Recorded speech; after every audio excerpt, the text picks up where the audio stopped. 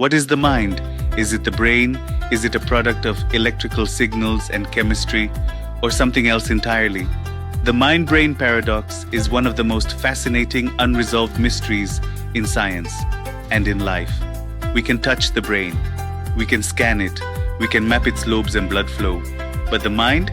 We can't see it, we can't hold it, and yet we live through it every second of our existence. Thoughts, feelings, memory, imagination, belief, pain, love, identity. Where do these come from? Do they emerge from the brain, or do they use the brain? This is not just a philosophical question, it's a human one. And in the overlap between psychology and neuroscience, we search for answers. What is the brain? The brain is the most complex biological organ we know of. 3 pounds of tissue, around 86 billion neurons, each neuron connecting to thousands of others through synapses. It controls everything: your heartbeat, your breathing, your senses, your movement. But beyond that, it generates your reality. When you see color, that's the brain interpreting wavelengths. When you feel love, that's the brain releasing oxytocin, dopamine, serotonin. So, is everything we feel just chemicals? That's what neuroscience often implies. Every thought is a pattern of neural activity. Every emotion, a cocktail of neurotransmitters. Every memory, a series of connections and reactivations. But if that's true, then what is the mind? What is the mind? Now we step into murky waters. The mind is the seat of consciousness, our awareness, our inner life. But try to define it and you'll find it slips away. The mind thinks, it imagines, it decides, it judges, it dreams. But where is it located? You can remove a kidney and keep your personality. But if you remove parts of the brain, your thoughts, emotions, even your sense of self can change. So is the mind just what the brain does? That's the heart of the paradox. We use the mind to study the brain, but we use the brain to produce the mind. It's like a mirror reflecting itself. A brief history: dualism versus materialism. This debate goes back centuries. In the 1600s, philosopher René Descartes famously said, "I think, therefore I am." He believed in dualism, the idea that the mind and the body are separate substances. The body, including the brain, was a machine. The mind, or soul, was something immaterial. Science, especially neuroscience, largely rejected this idea. Instead, materialism, the belief that everything, including the mind, can be explained by physical processes, became dominant. According to materialism, your thoughts are brain activity. Your memories are stored in neurons. Your consciousness is an illusion created by circuits. And yet, most of us don't live like that. We believe in free will, in love, in personal responsibility, in something more than just chemistry. So which is it?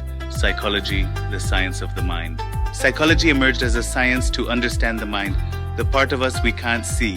It studies how we think, cognition, how we feel, emotion, how we behave, behavior, how we heal, therapy, from Freud to Jung, Skinner to Bandura, Piaget to Beck.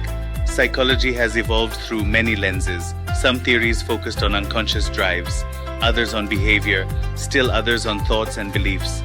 But one thing psychology assumes is that the mind matters, that what we think and feel is real and worthy of attention. Psychologists treat trauma, depression, anxiety, identity issues, personality disorders, often without ever mentioning a brain scan, because in psychology, the subjective experience is the center. And yet, no thoughts happen without a brain, right? That's where neuroscience comes in. Neuroscience, the biology of thought. Neuroscience focuses on the structure and function of the nervous system, especially the brain, using tools like MRI scans, EEGs, PET imaging, neural mapping pharmacology. It explores how neurons fire, how chemicals move, how circuits form. And it's made incredible discoveries where memories are stored, how depression affects brain chemistry, which parts of the brain regulate fear, love, or impulse. Neuroscience gives us the where and the how of mental life, but sometimes it struggles with the why. Why do we suffer from meaninglessness? Why do some people risk their lives for others? Why do we create art, music, poetry? That's where neuroscience meets its limits and psychology still has a seat at the table. Mental illness, the overlap and the gap. Take depression, for example. Psychology might say it stems from distorted thinking, grief, or trauma. Neuroscience might say it's due to low serotonin, abnormal circuitry, or inflammation. Both can be true, and both matter. But here's where the mind-brain gap gets real. You can change thoughts and change the brain. You can take medication and change your thinking. You can do both and still feel misunderstood. Because while neuroscience can scan your brain, only you can describe your suffering. And in that space between chemical and conscious, we begin to see the paradox again. Consciousness, the ultimate mystery.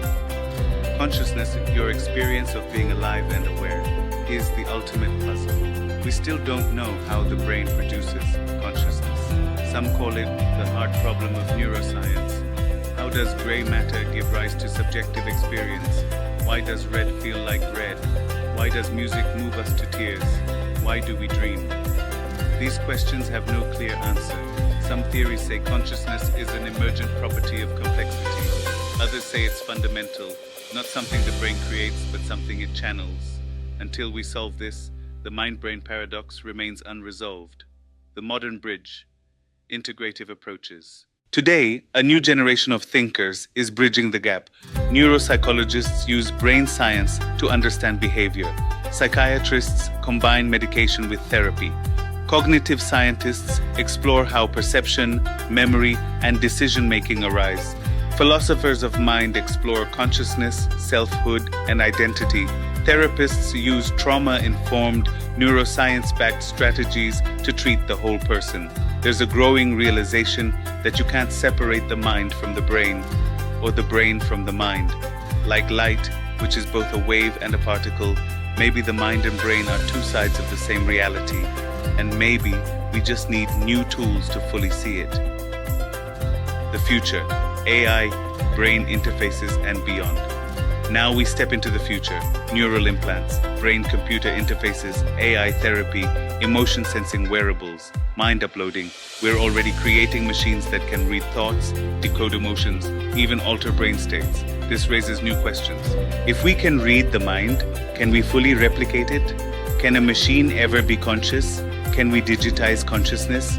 What happens when psychology, neuroscience, and AI merge? The future is uncertain, but one thing is clear. The mind-brain paradox will be at the center of this next revolution. Why it still matters. So, will we ever fully solve the mind-brain paradox? Maybe not. Maybe the mind is the brain's echo. Maybe the brain is the mind's instrument. Maybe they are one, and we've just been looking through the wrong lens. But the search matters, because understanding the mind helps us know who we are. Understanding the brain helps us know how we function. And understanding both helps us heal, grow, and become more fully human. Psychology gives us meaning. Neuroscience gives us mechanism. Together they give us the mirror to see ourselves, and in that mirror we find mystery, we find science, we find soul,